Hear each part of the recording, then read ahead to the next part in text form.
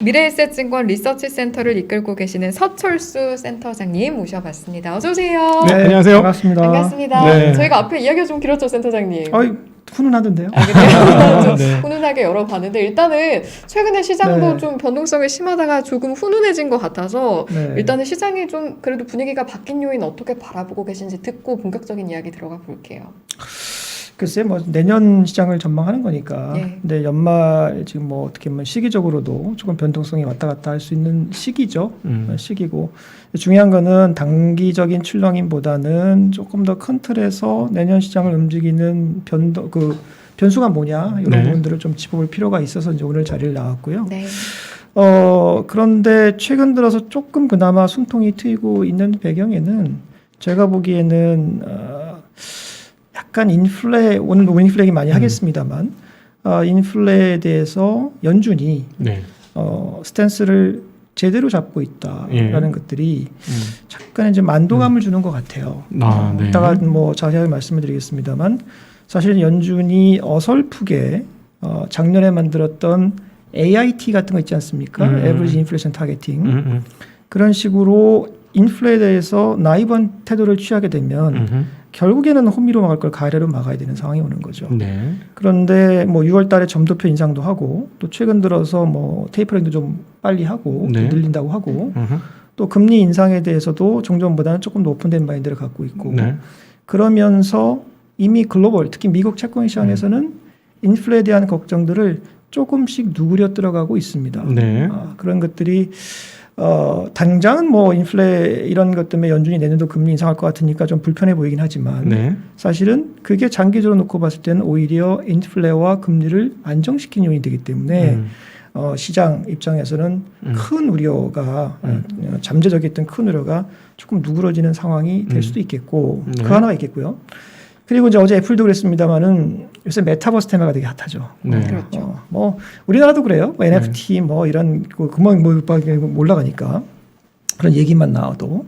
근데 그거는 최근 들면 미국에서도 비교적 분명하게 나오고 있는 상황 같습니다. 네. 그래서 이따가도 메타버스 시간이 되면 좀 조금 더 말씀을 드릴 텐데 네. 그런 어떤 새로운 성장 동력에 관한 거. 요컨대 연준이 올바른 스탠스를 취하고 있다라는 안도감과 신뢰 그리고 새로운 성장 동력에 대한 기대 이런 것들이 맞물리면서 시장이 조금 좀 안정화되고 있는 거 아닌가 이런 생각이 들어요. 그러면 지금 오늘 나왔던 중국의 PPI 공급자 물가지수가 12.9%가 나왔습니다. 뭐 지난달 13%대에서보다는 좀 떨어지긴 했습니다만 이거를 낮다고 표현하거나 피크아웃으로 표현하기에는 너무 높은 수치인데요. 결국 수출 국가인 중국의 PPI가 높게 나왔다면 미국의 지금 CPI 소비자 물가도 결코 쉽게 낮아지지 않을 것이다. 충분히 생각할 수 있는데 지금 말씀하신 대로라면 연준의 다른 행보가 미국에서 자칫 커질 수 있는 기대 인플레이션을 타격하면서 또는 저격하면서 인플레이션이 과도하게 갈 수 있는 것을 일단 막아놨다. 네, 거기에 대한 안도감이 좀 있는 것 같아요. 예, 그렇게 봤는데 네. 만에 하나 이번에도 지난달처럼 6%가 넘는 수준의 인플레이션이 나왔을 때 이 정도의 행동으로 기대 인플레이션이 숨고르기를 할 것이냐. 예, 그런 의문이 좀 있습니다. 네, 그거는 이제 상호 간의 그 주고받는 액션이라는 게 있는 거니까 네. 말씀하신 것처럼 만약에 시장이 현재 예상하고 있는 것보다 인플레가 계속 높은 수준으로 나오게 되면 연준도 그 수위에 맞춰서 자기들의 그 리액션 강도가 달라질 겁니다. 네네. 뭐 아시는 것처럼 6월 달에 점도표 인상에 그다음에 지나면서 테이퍼링에 대한 언급을 했고 그렇죠. 실제로 결정을 하고 또 최근 들어 테이퍼링 속도도 뭐 빨라졌고요. 범하고 네. 또 금리 인상에 대해서도 뭐 2번, 3번 현재 시장이 예상하고 있지 않습니까? 네네. 근데 만약에 진짜 연준 생각보다 더 올라간다라고 하면은 당연히 조금 더 호키시한 쪽으로 코멘트들이 나올 거고 네네. 또 테이퍼링의 규모도 조금 더 늘릴 수가 있을 거예요. 네네. 그래서 중요한 거는 그러한 도전이 왔을 때 연준이 어떤 의지와 수단이 있는 거냐에 네네. 대한 시장이 신뢰를 갖느냐 안 갖느냐라는 네네. 부분이거든요. 네. 근데 지금 미국의 채권 시장, 글로벌 채권 시장이 보여주고 있는 채권 시장은 참고로 인플레에서 가장 예민한 시장입니다. 네. 맨날 그것만 보고 있다고 해도 과언이 아니거든요. 예. 근데 그 시장에서 기대 인플레라든지 혹은 향후에 연준이 어디까지 금리를 올릴 것인가 등등에 대해서 네. 조금씩 안정하는 모습이 좀 보이고 있어요. 네. 그래서 뭐 아까 말씀하신 것처럼 예상보다 높게 나오면 연준이 거기에 맞춰서 대응을 할 것이고 그것이 인플레 기대 심리 억제의 정답이기 때문에 글로 간다라는 거에 대한 정책에 대한 신뢰가 지금 채권 시장에 확인이 되고 있는 것이죠. 사실은 얼마 전까지만 예를 들면 지난 6월 달에 금리 올라가고 막 그랬을 때만 하더라도 이게 연준이 작년에 AIT 잘못 만든 거 아니냐. 네. 이거 고수하다가는 더 큰일 난다. 네. 이런 견해들이 우려가 있었던 게 사실이잖아요. 그렇죠? 네네. 왜냐하면 40년 동안 그 작동을 잘 해왔던 선제적인 통화 정책을 통해서 물가를 미리 눌러야 된다라는 부분들, 통화 정책의 시차가 있으니까. 네. 그런데 연준이 사실 작년에 그걸 약간 바꿨잖아요. 그렇죠? 다 확인하고 하겠다. 네. 이건 사실은 비하인드 커브 아닙니까? 네. 근데 그 원칙을 1년 만에 폐기할 것인가에 대한 시장의 우려가 좀 있었죠. 예. 지금 나오는 상황은 네. 사실상 폐기 비슷하게 하고 있어요. 연준이 말은 그렇게 하기는 어렵겠지만. 네. 그래서 과거처럼 이 실제 물가가 앞으로 더 올라갈 것 같다라고 하면 대응을 해야 된다. 네. 뭐 1년, 2년 두고 나서 평균이 어쩌고 이럴 상황이 아니다라는 쪽으로 지금 바뀐 거죠. 거기에 대해서 시장이 신뢰를 하고 있기 때문에 네. 그런 신뢰가 부족할 때에는 네. 인플레가 막 예상보다 높이 올라가면 시장이 확 놀랄 겁니다. 그렇죠. 하지만 이제는 올라가면 거기 맞춰서 대응을 할 거야. 결국에는 잡을 거야. 라는 믿음이 있기 때문에 네. 지금은 뭐 지난 봄이나 여름처럼 그렇게 네. 시장이 여기에 대해서 크게 화들짝 놀랄 거다. 네. 뭐 일시적으로는 그럴 수 있겠어요. 뭐 일단 지표 나오면 다 기분이 좋지 않으니까. 네. 그렇지만 그게 근본적인 우려로까지 연결될 거라고 보이지는 않습니다. 근데 요 며칠은 너무 이제 오미크론 때문에 혼조가 오는 바람에 좀 흐려졌는데 지금 방금 전에 말씀하신 것처럼 여기서 더 호키시하게 그러니까 테이퍼링 속도 빨라지는 것뿐만 아니라 금리 인상 시기도 내년 6월달 또는 그 이전까지 당겨지는 상황들이 오면 시장이 충격 없이 그냥 그래 잘 막으니까 잘하겠지 하고 그냥 넘어갈 수 있을까요? 그게 좋은 질문인데요. 그 관련된 그림을 한번 보여드려요. 설명할게요. 네. 그렇죠. 비슷한 그림이 있어서 네. 나중에 말씀드리려고 했는데 시간이 나왔으니까 관련된 네. 질문이니까 말씀드리겠습니다. 이 그림 보시면 이게 이제 그 채권 시장에서 뭐 네. 미국 또는 글로벌 채권 시장으로 보시면 되겠죠. 채권 시장에서 향후 연방 금리가 어디까지 올라갈 것인가를 이제 예상하는 그림입니다. 그런데 지금 빨간색으로 되는 것이 이제 단기니까 즉 내년도 말 그죠? 내년도 말에 이게 법례가 지금 잘 안 보이네요. 근데 그 내년도 말에 연방 금리가 어디까지 올라갈 것인가를 현재 채권 시장이 보여주고 있는데 1%니까 네. 지금 0에서 0.25 아닙니까? 그러니까 뭐 적어도 3번은 올라간다. 네. 이렇게 이제 예상을 하는 것이죠. 이렇게 제가 하얀색 박스처럼 해놨습니다만 최근 몇 달 동안에 상당히 빠르게 이 주황색이 올라가면서 연준이 내년도 긴축을 앞당길 것이다라는 우려가 커지는 걸 확인할 수가 있어요. 네. 그런데 중요한 거는 파란색입니다. 이 파란색 선은 5년 뒤의 연방금리 예상치예요. 근데 사실 5년 뒤라고 하면 내년부터 혹은 내후년부터 연준이 금리를 인상한다고 치더라도 거의 끝이거든요. 네네. 끝난 뒤의 상황이잖아요. 네. 그래서 이번에 연준이 금리 인상한다고 했을 때 그 사이클의 마지막 레이트라고 봐도 됩니다. 그런 의미에서 우리가 터미널 레이트라고 볼 수도 있는 건데 이름을 네. 지을 수 있는 거예요. 터미널이 마지막이라는 뜻이죠. 그래서 무슨 말씀드리고 싶은 거냐면 지금 현재 연준이 내년에 금리 인상할 가능성이 점점 높아지고 있어. 그런데 오히려 파란색인 결국 그래서 그 연준이 어디까지 금리 올릴 건데 5년 뒤에 이 파란색은 오히려 빠지고 있어요. 네. 빠지고 있을 뿐만 아니라 지난 이 봄에는 3월달, 4월달 같은 경우는 이 5년 뒤의 연방금리 예상치가 2%를 넘어섰습니다. 즉 이번 인상 사이클에서 2% 넘어설 때까지 올릴 것이야 라고 네. 예상을 했던 게 지난 3월달에 불과. 네네. 근데 지금은 연준이 이렇게 단기적으로 내년도 금리를 빠르게 올릴 거라는 예상이 커지면서 오히려 5년 뒤에 이번 인상 사이클의 끝이 잘해야 1% 중반이라는 쪽으로 바뀐 것이죠. 네. 이거는 의미하는 바가 큽니다. 말하자면 연준이 만약에 금리 인상 안 할 거야 끝까지 이런 식으로 나이브하게 나온다면 네. 이 5년 뒤에 더 많이 올려야 될 것이에요. 한꺼번에. 그렇죠. 네. 많이. 그게 바로 호미로 막을 걸 가미로 네. 막다는 뜻입니다. 네. 근데 지금은 호미로 막을 일을 호미로 잘 막고 있어요. 네. 오히려 3월보다도 최종적인 금리 레벨이 낮아지고 있는 것이죠. 네. 그러면서 또 하나 재밌는 거는 여기 하얀색으로 되는 것이 이제 우리가 지표로 삼고 있는 10년 만기 금리입니다. 네. 이 10년 만기 금리가 파란색과 거의 같이 움직여요. 이건 뭐 쉽게 말씀드리면 10년 만기 금리라고 해봐야 어차피 듀레이션이 7년이고 네. 그러니까 5년 정도의 어떤 단기 금리의 기합 평균하고 거의 비슷하기 때문인데 그렇죠. 네. 불편 기대 가설이라고 한다면은 뭐 여러 가지가 또 있겠습니다만 비슷하게 움직인단 말이에요. 어쨌든 네. 적어도 방향은 비슷하게 움직이죠. 네네. 레벨은 지금도 비슷합니다만 그래서 이거는 뭐냐 연준이 그 인플레에 대해서 제대로 파이터로 등장을 하면서 결국에 최종적으로 인상해야 될 레벨 부담은 낮아지고 그리고 시장 금리도 그 흐름을 따라서 안정화가 되고 있는 겁니다. 네. 이게 제가 말씀드린 거죠. 만약에 연준이 이런 신뢰를 얻지 못한다고 한다면은 네. 결국 시장은 되게 부담스러워할 것이죠. 그래서 방금 말씀하신 질문에 연결을 해본다면 자 인플레가 예상보다 좀 높게 나왔어. 그럼 네. 아마 이 빨간색이 더 높아지겠죠. 그렇겠죠. 또 높아지는데 그럼 이 하얀색이나 파란색도 같이 높아질 것이냐? 그건 아닐 수 있다는 거예요. 그렇죠. 그건 네. 아닐 수도 있다는 네. 거예요. 그렇게 본다면은 우리가 시장에서 주목하고 더 중요시하게 생각하는 시장 금리의 대표 지수, 10년 네. 만기 금리가 그렇게 유동을 치지 않는다는 거죠. 네. 그러면 아니 인플레를 생명을 한다는 채권 시장에서도 그렇게 크게 걱정을 안 하는데 주식시장이 그 걱정까지 나서서 할 필요 없는 거잖아요. 그래서 저희가 볼 때는 물론 단기적인 뭐 하루는 그럴 수 있겠습니다만은 네. 하루 이틀은 그게 지금 국면에서 그렇게 크게 문제가 될 것인가에 대해서는 조금 다른 생각이 네. 있다는 겁니다. 지금 설명이 최근의 주식시장을 잘 설명해 주는 것 같습니다. 왜냐하면은 금리 인상을 한다고 함에도 불구하고 그동안에 많은 그 유튜브에 나왔던 많은 분들이 금리를 올라가면 시장이 빠질 수 있다라는 얘기를 상당히 많이 해서 그걸 일반인들은 그럴 것이다 당연히 생각하고 있었는데 그렇지 않다라는 걸 증명해 주신 내용이라서 아주 꼭 기억하셨으면 좋을 것 같은 대목인데요. 네, 맞습니다. 그런데 예. 제가 조금만 더 첨언을 드리자면은 뭐 금리를 올리게 되면 시장이 조정을 받을 수 있어요. 그거는 금리를 올렸을 때 시장이 조정받았던 과거의 데이터들이 설명을 해주기 때문입니다. 네. 역사적 경험이 있어요. 네. 제가 말씀드린 거는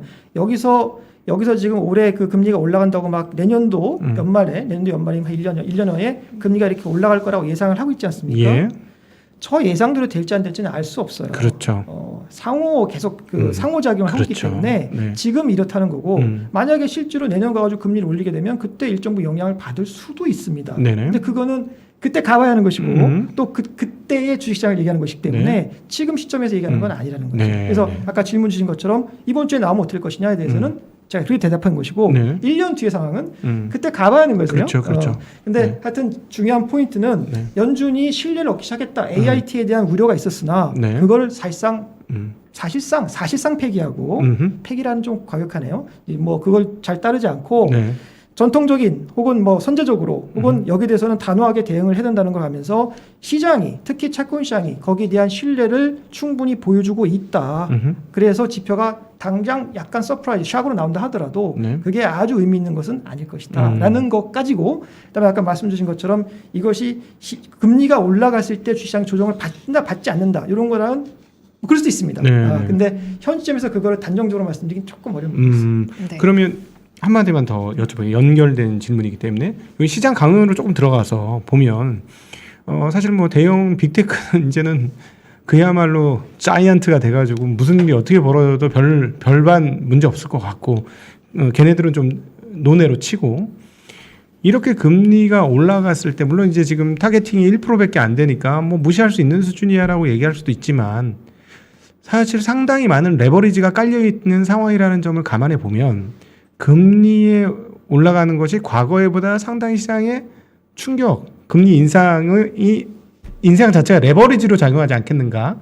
그렇다면 빅테크들 외의 성장주들이 문제 있지 않겠느냐라는 고민도 좀 되거든요. 어떻게 생각하십니까? 물론입니다. 네. 그러니까 ifthen인데 그 실제로 금리가 올라가게 되면 성장주들이 타격을 받아요. 네. 그건 뭐 다 그런 건 아니지만 많은 경우에 왜냐하면 듀레이션의 영향을 받는 거니까 일단 듀레이션도 잠깐 보여드리겠습니다만 주식도 듀레이션이 있지 않습니까? 네네네. 결국에는 근데 이제 금리가 올라가게 되면 듀레이션이 긴 주식들 주로 성장주들이 되겠죠. 네. 타격을 받는 거는 아주 자연스러운 상황입니다. 그런데 아까 말씀해주신 것처럼 또 저도 이제 강조했던 것처럼 지금 여기 빨간색으로 되어 있는 내년도 말 정책금리 예상이 올라가고 있지만 네. 시장의 벤치마크 금리인 10년 금리는 오히려 안정되고 있어요.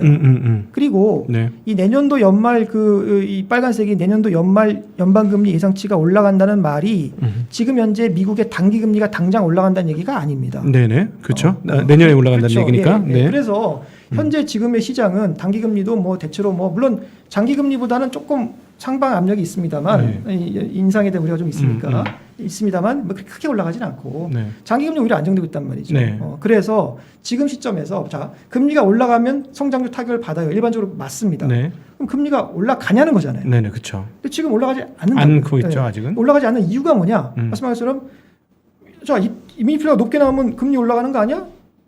가 아니라는 거예요 지금. 거기에 핵심 연결고리는 왜 그럴까요?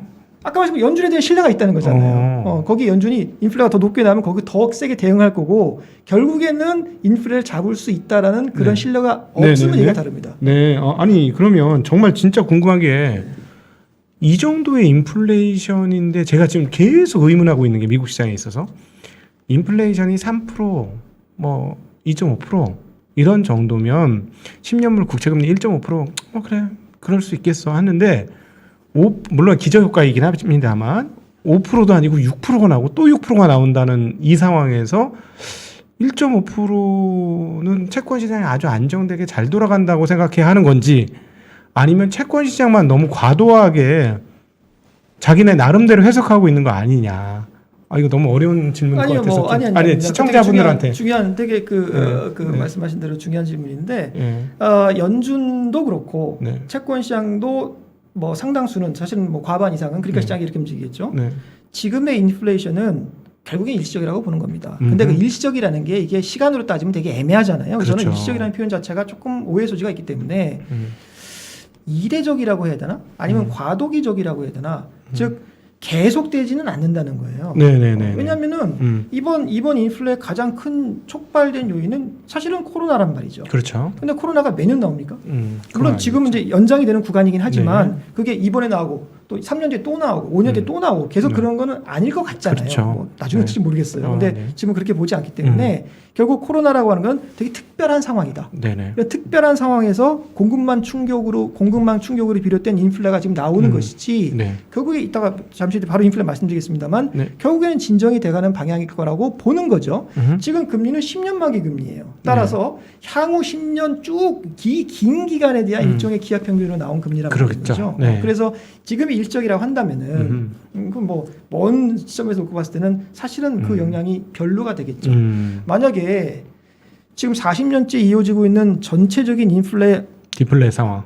그쵸. 여기 그림 하나 보여드리면 되겠네. 그림 하나 보여드리면 일단 나중에 보여드리려고 그러는데 이 그림이 보시면 뭐 이른바 아시는 것처럼 그레이트 마더레이션 아닙니까? 그래서 폴 볼커 이후에 한 40년째 지금 금리가 이렇게 빠지고 있단 말이죠.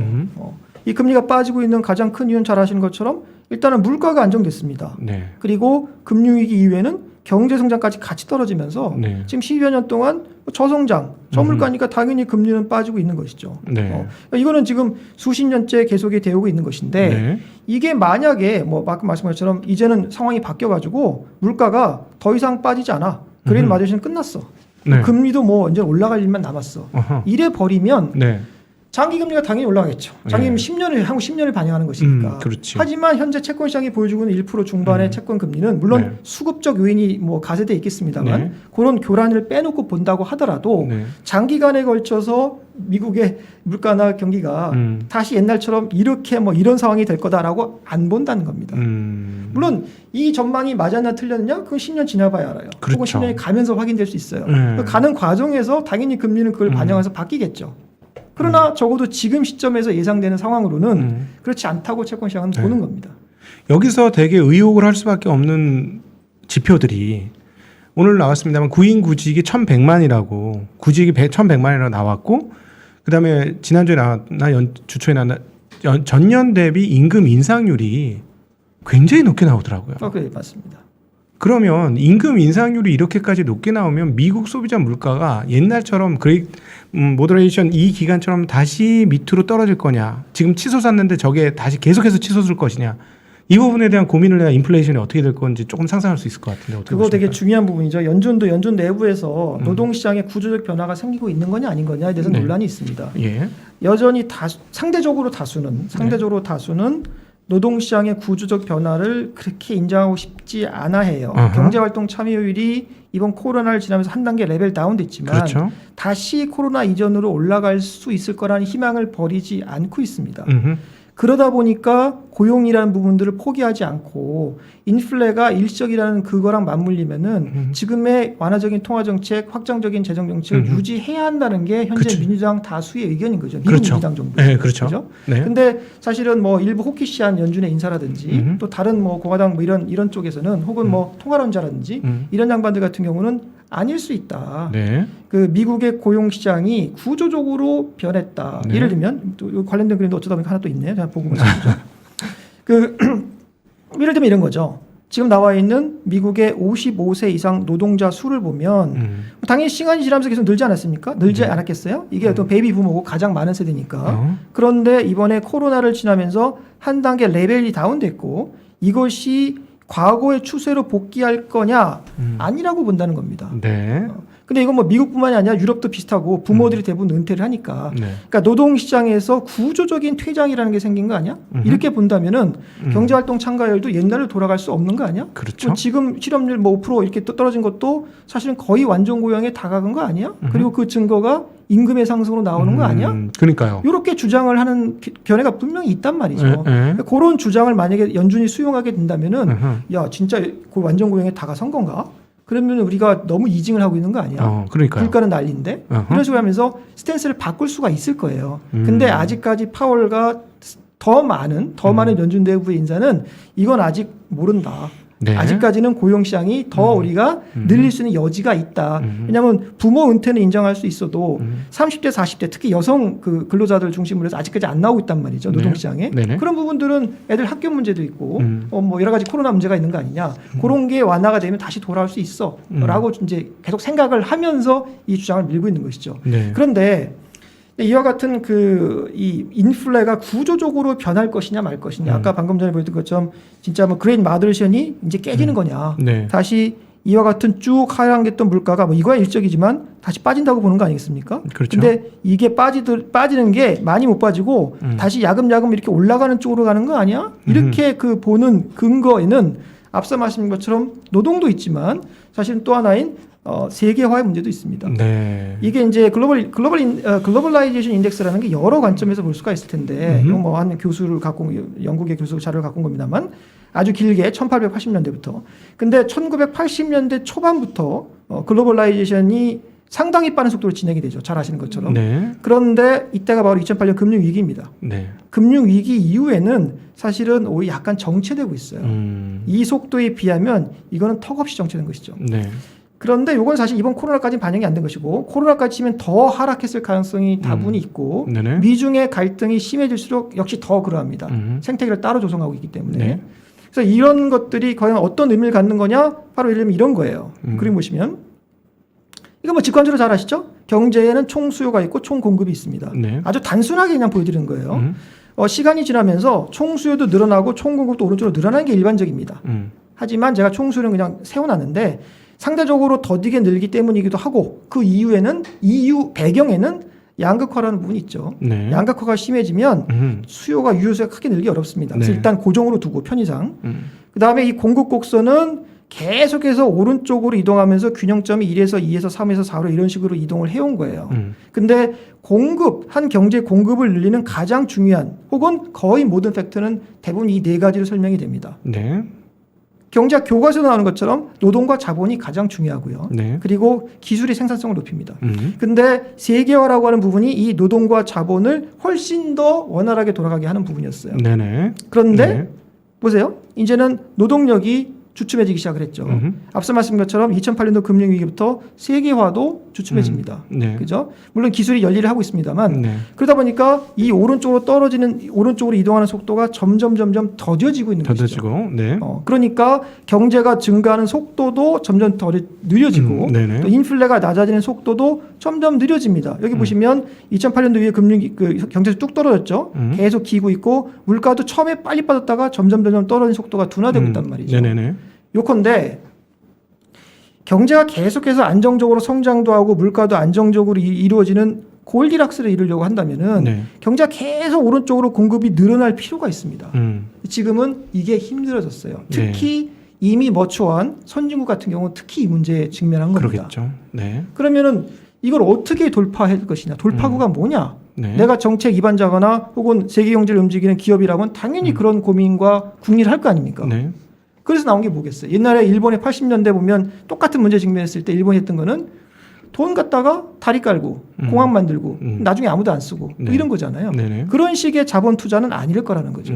그럼 오늘날 이걸 이렇게 이동시키는 자본은 어디다 돈을 쏟아야 되냐? 당연히 기술에 쏟아야 됩니다. 혁신 네. 기술에. 네. 특히 미중 갈등이 격화되면 생존을 걸고 부국 강병을 위해서 거기다 돈을 막 쓰는 것이죠. 네. 자본 투자를 하는 것이죠. 네. 또 미국 같은 경우는 워낙 인프라가 노후됐으니까 또 그쪽도 하는 것이고. 네. 그래서 이와 같은 혁신 기술 쪽에 당연히 돈을 돈이 더 많이 넣고 들어간다. 정책 지원하고 기업들도 활발하게 움직이고 그러는 거 아니겠습니까? 네. 그래서 저희가 이런 쪽을 계속 관심을 갖는 건데 또 하나 때마침 공교롭게도 2010년대 중반 이후부터 각종 혁신들이 한꺼번에 막 쏟아져 나오고 있잖아요. 그렇죠. 스마트폰을 위시해서. 그렇죠. 스마트폰이라고 하는 이제 뭐 그런 혁신도 있었지만 네. 기본이 되는 기술들 뭐 3D 프린팅, 뭐 바이오의 지놈이라든지 그다음 또 뭐 클라우드라든지 네. 뭐 이카머스 플랫폼 혁신이라든지 네. 또 소재 혁신이라든지 네. 이런 것들이 한꺼번에 다 나오고 있잖아요. 예. 그게 융합을 일으키지 않습니까? 네네. 당연히 그쪽으로 이제 그런 기술들에 돈이 막 들어가는 것이죠. 그게 최근의 흐름이고 네. 그런 흐름에 동참하자라는 게 제가 네. 계속해서 혁신을 사야 된다라고 주장을 하는 것이고요. 네. 그런데 한 말씀만 더 드리면 그러한 흐름에 더해서 최근 1, 2년 사이에 본격적으로 더욱 부상하기 시작한 두 가지 트렌드가 있습니다. 하나는 ESG죠. 네. 그러니까 ESG는 사실은 이제 특히 이 같은 경우에는 신흥국 같은 경우는 좀 약간 뭐 억울할 수도 있고 힘들 수도 있어요. 네. 그렇죠. 그러니까 선진국들이 이미 양적 성장이 거의 한계에 달한 네. 이런 선진국들 입장에서는 양적 성장이 아니라 질적 성장이라고 하는 새로운 이제 패러다임을 찾는 것이죠. 네. 그리고 세상을 E와 S와 G라고 하는 새로운 앵글로 보기 시작한 겁니다. 예전엔 그런 디멘전이 없었어요. 네네. 양쪽으로 성장하면 끝. 근데 이제는 환경도 중요해, 그렇죠. 소셜 책임도 다 해야 돼, 그렇죠. 가버넌스도 중요해. 네. 후진국이 이머징 마켓을 볼 때는 사실 생각하기 그런 여력이 없는 그렇죠. 그런 질적 성장들을 갖고 나온다면 지속 가능한 뭐 자본주의, 시장 네. 경제 이러면서 네. 그거는 이와 같은 앵글로 이제는 세상을 재편하게 다시 보게 되고 네. 또 산업을 그 자원을 재배분하게 되고 네. 산업 구조를 재편하게 되고 네. 이게 1년 할 일이 아니잖아요. 그렇죠. Save the Earth. 지구를 구하려면 1, 2년 되겠습니까? 그렇죠. 이거는 수십 년, 100년 가야 될 프로젝트예요. 네. 이런 쪽으로 돈과 기술이 정책적 지원이 엄청나게 들어가는 겁니다. 이거 자체가 하나의 어나더 앵글이 만들어진 것이죠. 또 하나는 뭐겠습니까? 또 하나는 이따가 또 시간에 말씀드리겠습니다만 가상세계예요. 가상세계. 가상세계. 디지털 가상세계. 네. 현실 세계 힘들어. 양적 성장 끝났어. 음. 이제 말 그대로 문자 그대로 어나더 월드를 만드는 겁니다. 현실이 아니라 네. 가상 세계를 만드는 것이죠. 네. 근데 이 가상 세계라는 게 지금까지도 메타버스 많이 얘기했지만 얼마 전까지만 해도 주로 애들이 게임에서 하고 뭐 엔터테인하고 뭐 네. 거기서 뭐 공연을 했다던데 뭐 그런 거 아니었어요? 네. 그거는 유희 내지는 현실에서 도피입니다. 네. 지금은 그 가상 세계에 말 그대로 자본주의 생태계가 조성이 되기 시작을 했어요. 네. 뭐 덕분에? 블록체인 기술에 기반한 NFT하고 코인 덕분입니다. 네. 왜냐하면 자본주의 시장 경제의 핵심 인프라는 내가 만든 이 생산물에 대한 소유권 인정. 네. 내가 만든 거니까 내 거야. 그리고 그거를 시장에서 상호간에 거래할 수 있어야 돼. 네. 그 사적 소유권과 시장 이것이 자본주의 핵심입니다. 근데 바로 NFT와 코인이 그거를 가능하게 해주잖아요. 이 디지털 가상세계에서 가장 힘들었던 게 다 카피. 다 카피. 네. 근데 NFT로 소유권을 분명히 인정해 줍니다. 네. 거기에 대한 보상도 가고. 네. 그리고 내가 만든 그 각각의 소유가 분명한 자산들을 디지털 자산이지만 그 자산들을 상호간에 코인이라는 그 가치 매개, 교환 매개를 통해서 사고 팔 수 있게 된 거예요. 네. 그럼으로써 이젠 자본주의의 생태가 의미 있게 형성될 수 있는 인프라가 깔린 겁니다. 그게 최근 1, 2년 사이에 네. 상당히 크게 변화된 거예요. 네. 그렇죠. 그래서 이게 말씀드린 것처럼 메타버스가 그냥 그 놀고 이런 게 아니라 네. 이제는 돈이 되고 새로운 세상을 말 그대로 만들어 나갈 수 있는 그 블록체인 기술하고 만나면서 그런 세상이 열린 것이죠. 네. 이 두 가지가 또 이 가상세계야말로 이 가상세계도 역시 마찬가지로 1, 2년 하고 끝낼 게 아니잖아요. 네. 결국에 인류는 길게 봤을 때 우리 다 마찬가지입니다만 우리가 죽을 때까지 지금까지 살아왔던 것보다 훨씬 더 아날로그와 디지털 삶을 크게 두 가지로 나눠본다면 아날로그 비중은 점점 줄어들고 디지털 비중이 훨씬 늘어날 거예요. 네. 우리 아이들은 더욱 그렇고 지금 네. 태어나는 아이들은 디지털 네이티브라고 합니다. 네. 태어날 때 이렇게 그런 마인드 갖고 태어나죠. 그렇죠. 그래서 점점 그쪽이 늘어날 거기 때문에 이것도 1, 2년이 아니라 5년, 10년, 수십 년, 100년 갈 거대한 메가 트렌드라는 거죠. 네. 이 두 가지 쪽으로 자금이 대대적으로 들어가고 있습니다. 네. 당연히 여기에 동참을 해야 되는 것이죠.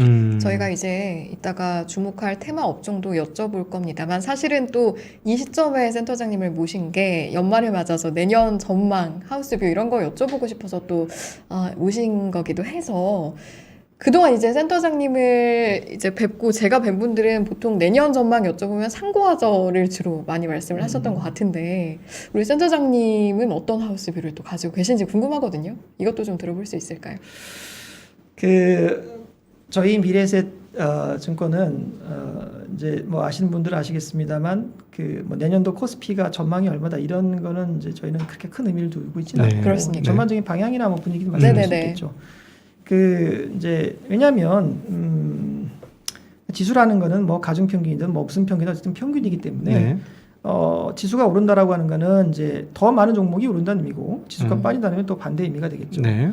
그래서 사실은 지수 자체 물론 지수 플레이하는 분도 좀 있습니다만은 전반적으로 더욱 중요한 거는 평균이 뭐 올라가면서 뭐 이렇게 한다 떨어진다 이거보다는 그래서 내가 들고 있는 종목 내가 뭘 들고 있어야 되냐 네. 지수가 하락한다 하더라도 더 많은 부분이 떨어지겠지만 상당 부분은 또 올라가고 있거든요. 네. 그래서 결국에는 내가 좋은 주식을 들고 있느냐 아니냐가 포인트다. 네. 평균적인 어떤 지수는 그렇게 사실은 큰 의미는 없다. 저희가 이제 전망은 잘 안 하고 있는데 네. 여쭤보셨으니까 답을 드린다면 뭐 내년도 상황을 그렇게 썩 아주 뭐 만만타 이렇게 썩 우호적이다 이렇게 보지는 않고 있습니다. 네. 예를 들어서 지금 첫 번째 그림을 한번 보여드릴까요? 그렇지 않아도 혹시나 싶어서 첫 번째 그림을 준비를 했는데 이제 그냥 크게 봤을 때 경기 사이클하고 주가하고 연관이 있어요. 있기는 분명히 있습니다. 예를 들면 여기 노란색으로 칠해진 게 이제 경기 선행지수인데 선진국 경기 선행지수인데 이렇게 빠지죠. 약간 빠지죠. 이게 약간 축이 그래서 그런데 이게 빠지는 구간들입니다. 이렇게 빠지는 구간에서는 뭐 코스피든 미국 주가든 간에 이런 하얀색 박스된 구간들이죠. 빠지거나 기거나 뭐 조정폭이 변동성이 커지거나 대체로 그럽니다. 그렇지 않고 이렇게 올라가는 선행지수가 올라가는 구간에서는 주가들이 대체로 올라가요. 이렇게. 네. 요건데 경기하고 주가는 사이클상 어느 정도 관련성이 있습니다. 그런데 아쉽게도 안타깝게도 지금 경기 선행지수도 정점을 치고 떨어지는 구간으로 들어왔어요. 한국의 경기 선행지수는 먼저 떨어졌습니다. 그래서 떨어진 지 서너 달 돼요. 잘 아시겠지만 한국 경제가 글로벌 경기에 약간 선행하는 경향이 있습니다. 우리나라가 전 세계 수출 네. 그리고 자본재 이런 것들 잘 보여주기 때문에 네. 사실 한국은 외국인 눈에서 봤을 때는 글로벌 퍼스펙티브로 봤을 때는 전형적인 시크리컬 국가예요. 네. 그렇죠. 그래서 경기 사이클이 둔화되는 국면으로 갈 때는 별로 그렇게 매력이 없습니다. 그래서 일단 첫 번째 말씀은 이 상황을 놓고 본다면 뭐 매크로 여건은 뭐 그렇게 썩 우호적이지는 않은 것 같다. 네. 이렇게 그냥 생각을 해볼 수가 있겠고 그 다음에 또 하나는 이제 인플레이션이 좀 부담이 되는 부분도 아직은 있죠. 당분간은. 네. 왜냐하면 인플레이션 이것도 한번 정리를 한번 해봅시다. 보면은 결국에 처음에 인플레가 이번 국면에서 나온 건 요것 때문이잖아요. 그렇죠. 공급망 교란. 네. 그래서 이제 코로나 때문에 공급망이 교란해서 일을 못하게 되면 사실은 수요도 같이 줄어야 돼요. 일을 못하니까 월급이 안 나오니까 특히 미국 같은 경우는. 근데 정부들 특히 미국 정부가 돈을 이빨 엄청 풀었잖아요, 그죠? 네. 돈을 뭐 아시는 것처럼 뭐 그래서 네. 지금 초과 저축이 뭐 2조가 넘네, 뭐 2조 달러 네. 이런 상황 아닙니까? 네. 돈을 지금 엄청 풀었어요. 공급은 줄어들고 있는데 이와 같은 부채를 희생해서 이건 미국만이 할 수 있는 거죠, 사실은. 다른 나라 네. 이렇게 하면 그렇죠. 통화가치가 힘들지 않겠어요? 그렇죠. 근데 이제 기축통화 힘을 또 한번 본 거죠. 위기 상황에서. 근데 이와 같은 부채를 희생해서 대가로 해서 가계에 돈을 쥐어준 거죠. 헬리콥터 머니를 준 겁니다. 쉽게 그렇죠. 말하면. 헬리콥터 머니를 주니까 결국엔 당연히 인플레 생기는 거죠. 그래서 이런 국면에서는 사실은 기업의 매출도 늘고 매출 단가도 늘어나기 때문에 주가도 네. 좋아요. 네. 이게 아마 올해 3분기 정도까지로 보입니다. 네. 그런데 결국 이 국면이 오래되면 당연히 투입 비용도 올라가게 돼 있어요. 음흠. 이 투입 비용에 이게 약간 레깅하면서 영향을 주는데 그게 3분기 가을 이제 겨울로 오면서 그런 것들이 들어온 거죠. 특히 네. 막 유가가 지난 가을에 막 날아가지 않습니까? 네네. 이런 부분도 임금도 올라갔고 말씀하신 것처럼 이런 부분이 지금 들어오고 있고 일부 기업이나 산업은 이런 데에 대한 부담을 이제 보여주기 시작을 했습니다. 네. 마진이 떨어진다는 거죠. 마진이. 그래서 저희가 마진을 방어하는 기업이 중요하다 그런 말씀도 뭐 지난 가을에 드렸습니다만 네. 근데 요거까지 그러고 그다음에 또 하나는 결국 이런 상황들이 또 집값도 올라가고 이러면서 민간의 기대 인플레까지 올라가게 되면 그때는 악순환의 위험이 생깁니다. 네. 따라서 이때는 연준도 대응을 안 할 수가 없어요. 네. 그래서 연준도 지금 대응을 적극적으로 하고 있는 상황이라는 거죠. 네. 그래서 아마 적어도 내년도 한 1분기 정도까지는 여전히 물가가 조금 걱정스러운 상황이기 때문에 이 네. 구도가 크게 변하지 않기 때문에 네. 이게 지금 시장을 약간 왔다 갔다 막 출렁이게 만드는 아까 말씀드린 경기에 대한 우려와 이런 것들 또 경기와 이런 마진 압박에 대한 우려는 당연히 EPS 전망치에도 영향을 주지 않겠어요. 그래서 보시면 지금 전 세계만 놓고 보신다면은 이게 20년, 21년 평균한 게 15.5%인데 연평균이 왜 네. 2년을 했냐? 이게 21년 대비 22년을 하면 다 급감할 수밖에 없습니다. 왜냐하면 네, 21년 21년이 자체가 너무 팍 튀었으니까. 그러니까 네. 20년은 급감했다가 21년은 급등이기 때문에 네, 네. 이 기저효과를 완화시키려면 2년 평균으로 봐야 되겠죠. 네. 2년을 연율화시켜가지고 연간 평균을 본다면은 코로나 기간 동안 퉁쳐서 15.5% 늘은 거예요. 근데 코로나가 뭐 끝나간다고 하는데 내년은 7.0% 절반으로 떨어지는 거죠. 네. 당연히 이것들은 모멘텀이 좀 떨어진다라고 볼 수 있는 거 아니겠습니까? 네. 근데 한국은 더 나빠요. 한국은 2년 평균이 이건데 이제 내년 이렇게 되는 것이고 네. 브라질 다음으로 나빠져. 근데 브라질은 지금 벌써 고점 대비 20% 이상 빠지는데 주가가 선반영하면서 반면에 뭐 이제 중국이라든지 혹은 뭐 홍콩이라든지 이런 쪽은 오히려 올해보다 내년이 더 좋아지는 뭐 인도도 나쁘지 않지만 네. 약간씩 차별화가 있는데 그 전반적으로는 전 세계의 EPS 실적 모멘텀이 작년 올해 평균치보다 연평균보다 내년은 좀 떨어지는 쪽으로 나온다. 이런 우려들이 방금 말씀드렸처럼 경기 사이클에 대한 부담, 특히 이제 경기 민감 좀 부담이 되겠죠. 네. 그리고 물가가 여전히 조금은 부담이 되는 부분들 네. 이런 것들하고 맞물리면서 최근의 조정을 장이 왔다 갔다 하는 것을 낳고 있다라고 판단합니다. 왜냐? 이런 우려들은 저희만 아는 게 아니라 글로벌 시장이 대부분 알고 있어요. 네. 그러면 야 내년도 가면 이렇게 떨어진대더라. 내년도까지 기다려야지. 이런 사람은 없습니다. 네. 우려가 나오게 되면 미리 대응을 하는 것이죠. 그게 시장의 선반영의 속성이고 그러니까 지금 조정을 이렇게 왔다 갔다 하는 그런 그 이유라고 보고 있어요. 네. 그런데 그럼 저희가 그럼 계속해서 내년도 주가가 떨어질 것이냐 이렇게 보는 건 아닙니다. 네. 시장의 다이내믹스라는 게 있기 때문에 네네. 네. 첫 번째 다이내믹스는 앞서 말씀드린 인플레에서 나오는 것이죠. 인플레가 저희가 보기에는 내년도 한 2분기 정도부터 가면서 물론 기저효과도 좋고요. 근데 그런 기저효과를 떠나서라도 인플레가 조금씩 안정될 거라고 보는데 첫 번째는 이 공급망 교란이 조금씩 진정되는 모습들이 좀 보이고 있습니다. 네. 네. 뭐 여러 가지가 있지만 그 중에 하나가 이제 반도체 쇼티지 얘기도 많이 하잖아요. 네. 자동차도 좀 힘들었고. 근데 그거 마지막에 패키징하는 쪽이 동남아 쪽입니다. 네. 예를 들면 말레이시아 이런 싱가포르 그렇죠. 쪽이죠. 근데 그쪽에 코로나가 급감하고 있어요. 네. 안정세를 찾아가면서 이제 조금 좀 풀리려고 하고 있단 말이죠. 그것뿐만이 아니라 뭐 유가도 조금 진정되고 있는데 뭐 겨울이 지나면 조금 더 안정이 될 것 네. 같고요. 그다음에 좀 초과 수요가 많긴 하지만 이미 지원이 끝났습니다. 그리고 경기도 조금 줄어든다고 하면 이쪽에 초과 수요도 좀 누그러질 수밖에 없어요. 그러니까 초과 수요 좀 누그러지고 공급을 좀 풀린단 말이죠. 게다가 중요한 건 앞서 말씀드린 것처럼 연준이 기대 인플레를 잡으려고 적극적으로 이제 다시 파이터로 나서기 시작했다는 네. 거죠.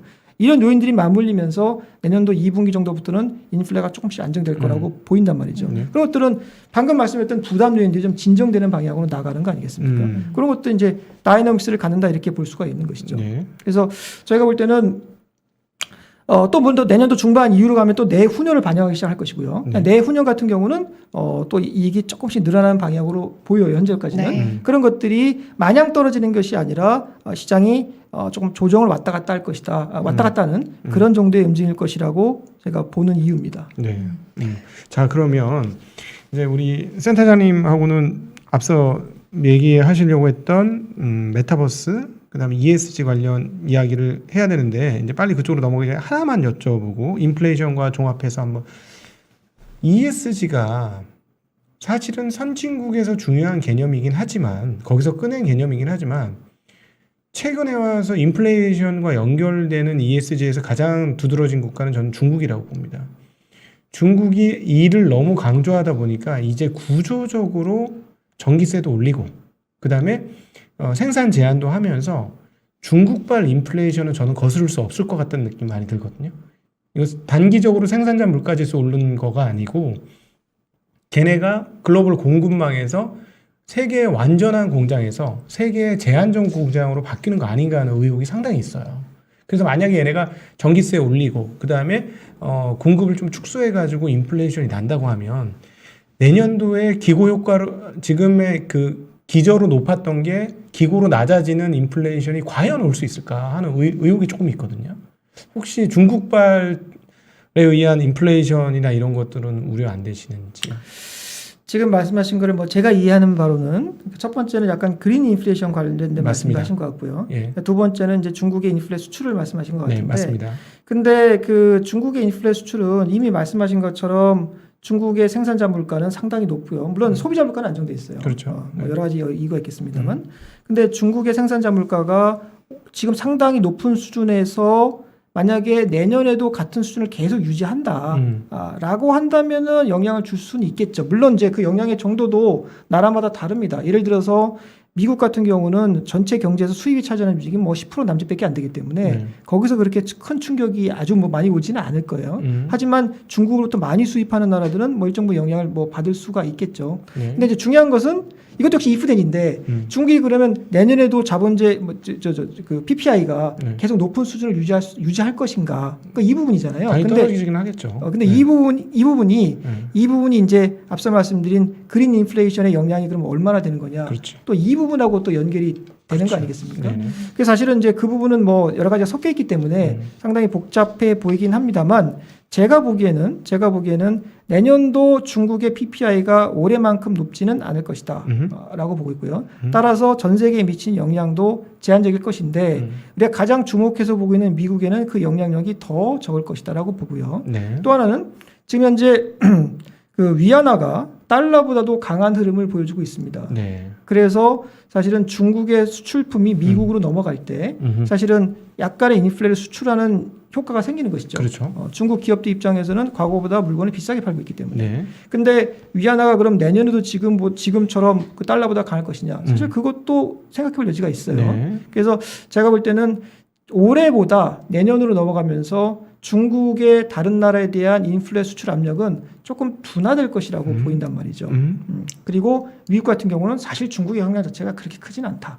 그리고 아까 말씀드린 여러 가지 이유로 인해서 조금씩 진정되는 방향으로 갈 거라는 거고 말씀하신 부분을 만약에 충분히 수용한다고 한다면은 제 결론은 방향은 둔화되는 방향으로 갈 것이다. 인플레가 네. 미국 인플레가 둔화되는 방향으로 갈 것인데 거기에 중국 요인들이 올해만큼은 아니지만 네. 약간의 방해 요인이 될 가능성은 있겠다. 네. 하지만 그거는 위안화의 가치라는 불확실성이 있고, 그죠? 또 중국의 PPI가 내년에도 높을 것이라는 전제를 깔고 얘기하는 것이기 때문에 네네. 사실 제가 볼 때 그 걱정을 지금 먼저 이렇게 많이 할 필요 없지 않나 생각을 합니다. 네네. 자 그러면 앞서 말씀하셨던 이제 그런 미래 산업에 있어서 메타버스가 등장을 했는데 그리고 새로운 가상 세계가 즉 현실보다 가상이 중요해지는 시대가 너무 왔는데 하나 거기에 따르는 의무는 아직 그렇게 하기에는 디바이스가 충분하지 않지 않느냐. 통신망, 통신 인프라도 지금 4.5세대 가지고는 그거 조금 모자랄 것 같고 그 다음에 디바이스도 내년에 이제 애플이 VR 기계 만든다고 하니까 네, 그러면 조금 될 것 같긴 한데 그때까지는 아직 시간이 더 많이 걸리지 않겠느냐. 디바이스가 너무 부족하지 않느냐. 그리고 뭐 중국에서는 계속 이제는 크립토를 계속 막을 것 같기도 하고 그럼에도 불구하고 이 시장이 더 유망하다 이렇게 보시는 건가요? 잠시만요. 이거는요. 이거 포함해서 이제 투자 전략 아까 그 어떤 걸 들고 가는지도 중요하다라고 하셨으니까 주목하신 업종 테마와 묶어서 함께 또 답변해 주시면 좋을 것 같아요. 네.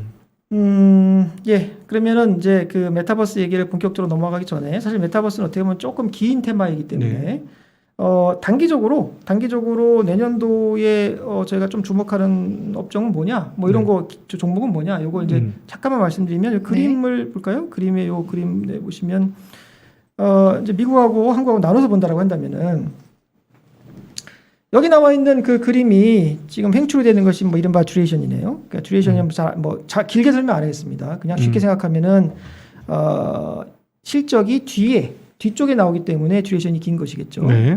대체로 성장주들이 그렇지 않습니까? 그렇죠. 근데 이제 제가 요렇게 음영 표시를 해놨는데 요거는 이 오른쪽에 있는 기업들이 이제 그 듀레이션이 긴 성장주들이라고 볼 수가 있는데 그 중에서도 이익이 좋은 마진이 좋은 기업들을 모아놓은 겁니다. 네. 이게 왜 중요하냐? 사실은 지금 뭐처럼 테이퍼링을 하거나 금리 인상의 우려가 있기 전에 얼마 전까지만 하더라도 대체로 유동성 장세라고 말해도 과언이 아니었어요. 네, 그렇죠. 매달 1,200억씩 풀고 막 이러고 있기 때문에 그런 유동성 장세에서는 다 같이 올라가는 겁니다. 하지만 물이 빠지면 이제 옥석을 가려야 되는 것이죠. 그 우리가 그냥 퀄러티라고 얘기할 수도 있는 것이고요. 네. 근데 바로 이게 그런 것이죠. 성장주 안에서 실제로 마진을 지킬 수 있는 애들, 이런 쪽들에 저희가 주목을 하니까 이런 종목들 저희가 이제 좋게 보는 것이고, 네. 네. 한국도 마찬가지입니다. 한국도 이렇게 듀레이션이 높은 요쪽인 성장주들인 것인데 금리에 민감한 쪽. 금리에 민감한 쪽을 왜 좋아해? 금리 올라가면 어떻게? 이렇게 걱정하신 분들은 이쪽을 보시면 됩니다. 이쪽 뭐냐면 듀레이션이 짧으면서 이익이 좋은 쪽이에요. 근데 저희는 뭐 금리가 이렇게 올라가지 않고 오히려 안정될 수도 있다고 보기 때문에 일단 이쪽을 조금 더 진한 색으로 해놓긴 했습니다만 아까 방금도 여기만 해놨고요. 그래서 한국 같은 경우는 이런 쪽에 있는 종목들이 상대적으로 내년도에 좋지 않을 거냐, 좋지 않겠는가, 이제 이렇게 생각을 하고 있습니다. 알겠습니다. 네. 근데 이제 그 메타버스는 사실은 긴 테마죠. 근데 이제 메타버스와 관련돼서는 조금 장기적인 관점에서 방금 말씀드린 거는 뭐 당장 내년 봤을 때 뭐 이렇게 말씀드린 거고, 네네. 향후 3년 뒤, 5년 뒤 이렇게 보게 된다면은 과연 이 메타버스라고 하는 게 얼마나 의미가 큰 거냐, 혹은 그래서 뭘 사야 되는 거냐, 네. 뭐 이런 고민들을 하지 않겠습니까? 네. 그렇죠. 근데 이제 장기적인 관점에서 의미는 제가 아까 얼핏 말씀을 드렸는데 이 그림을 통해 가지고는 그래서 뭘 사야 돼? 혹은 어떻게 상황을 파악하는 게 조금 더 심플하게 정리할 수 있을 거냐? 그건데요. 이 그림은 이겁니다. 일종의 밸류 체인, 내지는 뭐 생태계라고 볼 수가 있을 건데, 네. 이 위쪽에 있는 메타버스 플랫폼, 얘네들은 말 그대로 세상의 꿈을 그려가는 설계자들입니다. 네.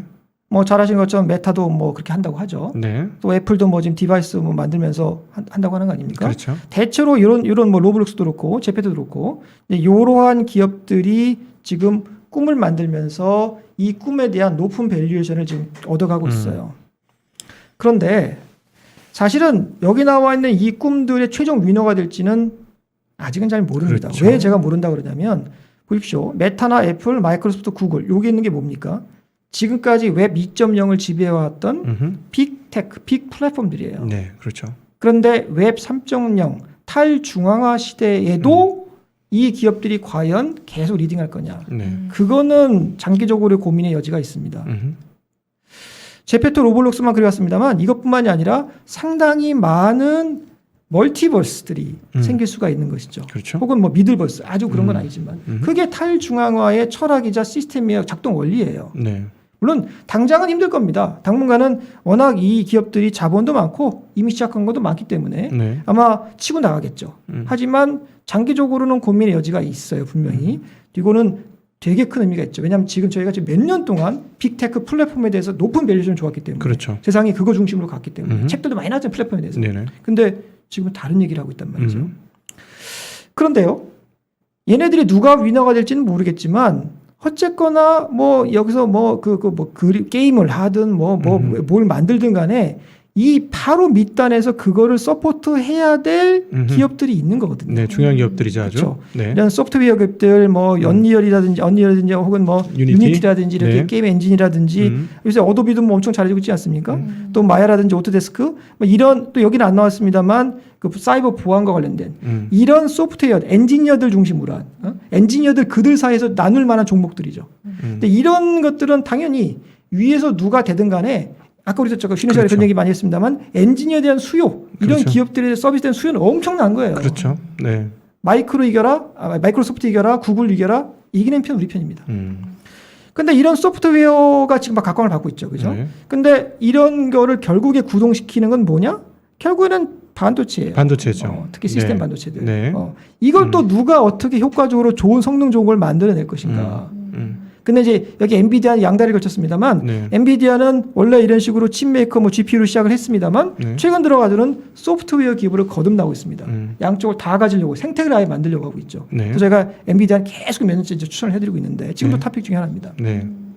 그런데 최근에 뭐 작년도부터 많이 얘기가 된 게 아니 뭐 좋은데 대부분 패밀리스니까 네. 좋은데 결국엔 만들어줘야 되는 거잖아요. 그렇죠. 네. 그래서 이 대장간들이 결국에는 음흠. 좋다. 누가 역시 또 누가 되든 간에 네. 이 컨셉은 여기도 적용이 되는 겁니다. 네.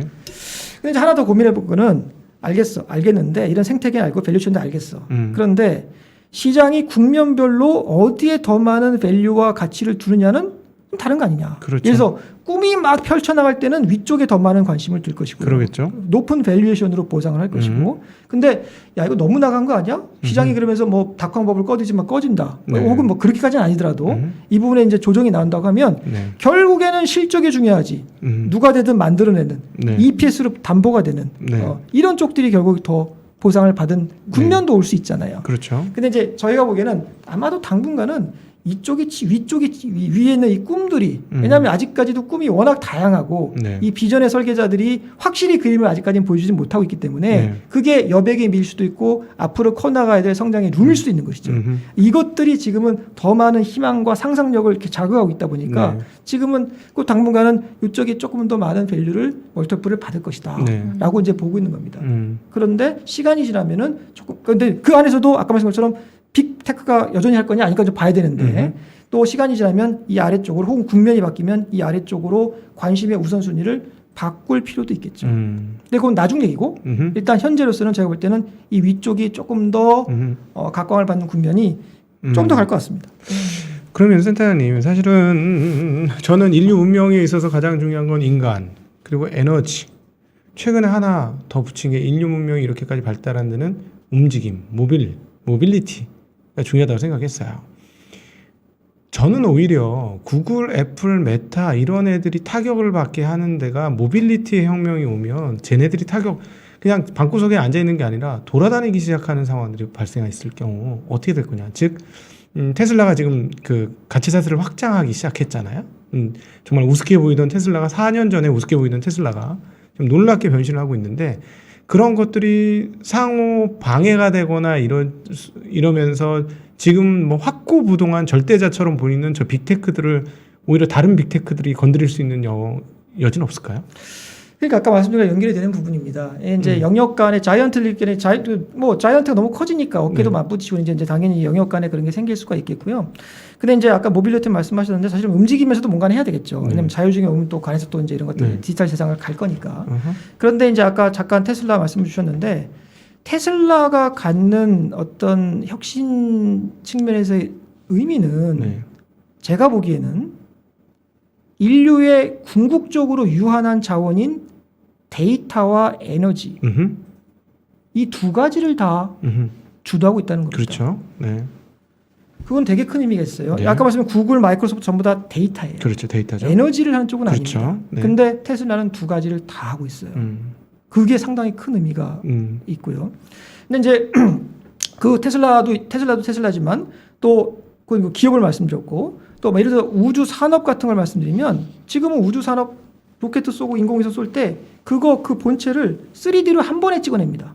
그리고 그걸 만들기 위해 당연히 소재 기술이 들어야 되고 또 그걸 올릴 때는 당연히 IT 기술 또 AI로 돌려가지고 해야 되는 부분들 클라우드 당연히 써야 되는 것들 혹은 통신을 해야 되니까 5G, 6G 이런 것들 제가 말씀드린 요지는 뭐냐면 이제 나오고 있는 이런 혁신의 그 결과물들은 한두 개의 기술이 아니라 다양한 기술 전부 다 컨버전스 하고 있단 말이죠. 테슬라도 하나 얘기긴 하지만 산업도 다 마찬가지란 말이죠. 그래서 이제는 뭐 기업 하나, 두 개 이렇게 찍어가지고 투자하는 거는 사실은 좀 애매해질 수도 있어요. 그래서 저희가 계속 주장하는 게 뭐냐면은 자, 지금은 기술들이 융합을 하고 있기 때문에 이 다양한 기술들을 내가 보니까 뭐 이제 블록체인이 전부 다인 것 같아. 여기만 올인하면 안 된다는 거예요. 그래서 다양한 혁신들에 대해서 분산 투자를 하되 당연히 웨이팅은 조금씩 둬야 되겠죠. 그래서 아까 뭐 말씀 중에 답이 될지는 모르겠습니다만 앞으로의 이런 빅텍들이 어떤 식으로 진화해 나갈지는 상당히 어렵고 장기적인 주제예요. 근데 그게 일단 플랫폼 관점에서 어떻게 될 것인가. 두 번째는 세상을 바꾸면서 스마트폰 다음에 뭐가 나올 것인가. 그죠? 그런 것들. 또 테슬라 테슬라 다음에 또 뭐가 나올 것인가. 이런 것들을 우리가 미리 예상은 상당히 어렵잖아요. 그렇죠. 상당히 어렵고 그거를 뭐 미리 뭐 내가 선점에 투자한다. 이것도 그렇게 좋은 방법은 아닙니다. 그렇죠. 우리가 테슬라를 통해서 경험했듯이 테슬라가 4, 5년 전만 해도 아까 말씀한 것처럼 이게 될 거야? 뭐 이러겠잖아요. 그렇죠. 근데 2년 전을 지나면서부터 캐시플로우가 나오기 시작을 했어요. 네. 그거는 캐즘을 지나면서 드디어 테이크오프를 하기 시작했다는 그런 거예요. 거죠. 그거는 보여요. 근데 그런 혁신을 막 이렇게 뭐 하잖아요. 지금 우주 상품 만든다고 뭐 많이 하지 않습니까? 뭐 인공 뭐 지노미 어떻게 하잖아요. 네. 근데 그것도 꿈이 아니라 숫자가 나오기 시작하는 건 보이니까 네네네. 그때 우리가 투자를 하면 되는데 네. 그 전에 공부를 해놔야 그렇지. 관심을 종목에 올려놔야 그렇지. 그리고 계속 꾸준하게 봐야 네. 그게 가능한 거죠. 다 지나고 나가지고 10배 올랐는데 지금 올라갈까? 올라탈까? 이거는 네. 물론 타도 되겠지만 그거보다는 꾸준히 공부하면서 보이는 시점 우리가 잡아야 된다. 네. 그 말씀을 드리고 싶습니다. 아, 저는 오늘 네. 대학원에 온 것 같았어요. 제가 그러셨어요? 네. 어떤 점에서? 너무 학구적으로 말씀드렸나요? 오늘 너무 학구적이라 저 사실은 시청자분들이 조금 어려우셨을 것 같아요. 근데 내용은 너무너무 좋았고 네. 그냥 교수님한테 강의 듣는 미래학자한테 강의 듣는 것 같은 그런 느낌이 너무 많이 들었습니다. 네. 그렇잖아요. 이제 슬슬 마무리할 시간인 것 같은데 혹시 못다 하신 질문 있으세요? 아니요, 저는 네. 어김없이 왠지 가뜩이니까 여쭤보게 되고 또 센터장님도 혹시 못하신 말씀 있으실까요? 저희가 질문을 좀 드리긴 했는데 글쎄요, 이제 그 뭐 한 말씀만 이제 짧게 드린다고 한다면은 네. 그 우리가 주식 투자를 하는 이유가 뭐냐 다시 한번 그 점검해 볼 필요가 있을 것 같아요. 네. 옛날에 그런 우리 세대가 그 이해하실 것 같은데 옛날에 그런 얘기가 있었습니다. 뭐 돈 벌어서 뭐 하려고 그러면 소고기 사 먹으려고 이런 계획가 있었던. 근데 우리가 그러려고 주식 투자하는 건 아니죠. 네. 우리는 장기적인 관점에서 우리의 노후 경제적 안정에 도움을 얻으려고 하는 겁니다. 옛날처럼 예금으로 부동산으로 가능하면 그렇게 하면 돼요. 네. 지금 안 되잖아요. 네. 그러니까 결국에는 그게 뭐 밀려서 나오든 어쩔 수 없이 나오든 간에 우리의 경제적 안정과 노후를 위해서는 주식 투자가 마치 미국이 지금 30년, 40년째 주식시장과 그들의 중산층의 노후가 같이 가는 것처럼 우리도 결국엔 그렇게 될 수밖에 없습니다. 네. 근데 내가 세상에 그 많은 종목들을 다 보겠다 하면 돼요. 네. 사실 어렵잖아요. 그러면 우리가 하시는 건 현실적인 방안은 뭐냐? 글로벌이 큰 트렌드 정도는 쫓아갈 수 있다는 거죠. 네. 아까 지수를 얘기했지만 지수를 놓고 본다면 절반은 위에 있고 절반은 아래에 있어요. 네. 근데 아래에 있는 거 혹은 평균을 굳이 택할 필요가 없잖아요. 그 위쪽에 있는 것들을 쫓아가면 되죠. 큰 트렌드를 쫓아가면 되는 겁니다. 그래서 저희가 트렌드를 쫓아가는 장기적으로 트렌드를 쫓아가는 그런 ETF 같은 걸 추천한 이유가 가장 현실적인 방안이라는 거예요. 네. 연간 0.5% 지불하면 되잖아요. 하루도 2%씩 움직이는데. 그래서 제가 볼 때는 그것이 가장 현실적인 방안이지 않나 이렇게 말씀드립니다. 네. 오늘 이렇게 고견 들어보는 시간 일부 함께 봤습니다. 오늘 1부는요. 서철수 미래에셋증권 리서치 센터장님과 의미 있는 이야기들 깊이 있게 나눠봤습니다. 너무 잘 들었습니다. 감사합니다. 네, 감사합니다. 고맙습니다.